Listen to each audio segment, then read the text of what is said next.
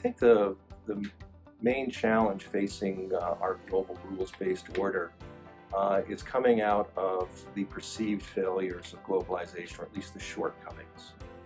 I don't think we can classify this as being a failure of the system per se, but rather the failure of countries to respond to the challenges of globalization at their own policy levels. So as a result, what we're seeing develop around the world is people questioning the status quo of how globalization has delivered for them, but also starting to question just the basic tenets of globalization and whether or not it really is the system that can deliver best for mankind. My own opinion of this, of course, is that it does deliver. It has delivered for the last 50 years and has given the world unprecedented levels of growth, prosperity.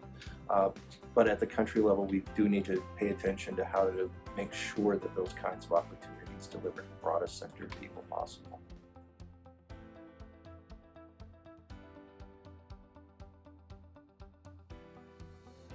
In terms of why this matters, I think we have to look at two different elements here. This is really a challenge, a competition of ideas that is out there. On the negative side of the balance sheet, what we're seeing is a downward spiral of confidence within the system that then causes people to withdraw a little bit more from engagement with good governance, engagement with their political life, engagement with the economic leadership or business leadership of a country, mistrust in institutions, and that kind of becomes a self-fulfilling prophecy as more people withdraw, more skepticism, and that withdrawal then really can create sort of, when there's no accountability there, that then creates sort of this environment in which even more poor governance can occur. I think on the positive side, though, this is even though it's a time of crisis of confidence in the system, it is making us actively think about how we're going to improve the system and how it delivers for ordinary people. What does opportunity mean? How do we get opportunity to people? How do we use technology in that regard? So there's a lot of positive challenges here, and I think the good news that comes out of this, as opposed to sort of the bad news, is that in the long term, what we're going to see is a system that does provide more opportunity for people and does a more effective job at it in probably a shorter period of time.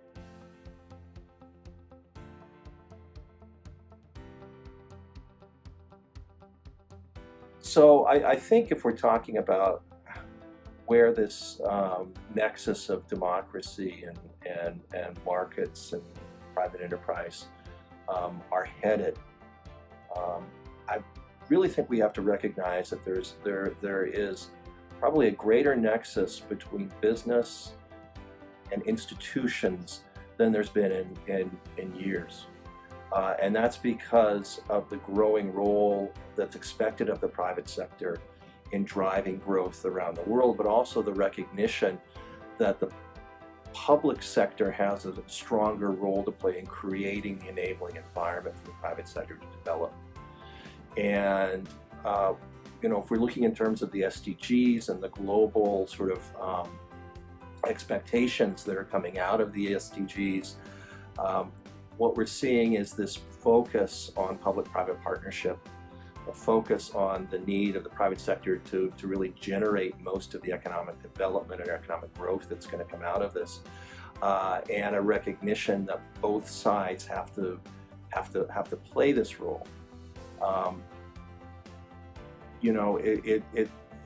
If we don't get the equation right in terms of what the private sector needs to grow, and if governments don't get it right, it's not going to grow. And if it does not grow, it's not going to provide the needed impetus or the needed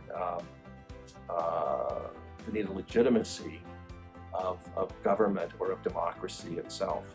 So we need good democracy in order for business to grow. We need good governance in order for business to grow. But if business doesn't grow, we're not going to see democracy being seen as the best way to get it delivered. There's a competition of ideas out there. And we're seeing a challenge from authoritarian capital. We're seeing a challenge from old-fashioned socialism and communism. around the world, and people are starting to look to those systems as a potential place to find growth and opportunity. And I think that's a false option. And the real challenge for those of us who work at this nexus of democracy and free market economics is to remake the case to people why this is important. And that, to me, is the fundamental challenge that we've got in front of us. Is we have to rethink the arguments that we've been making in the past and reframe them.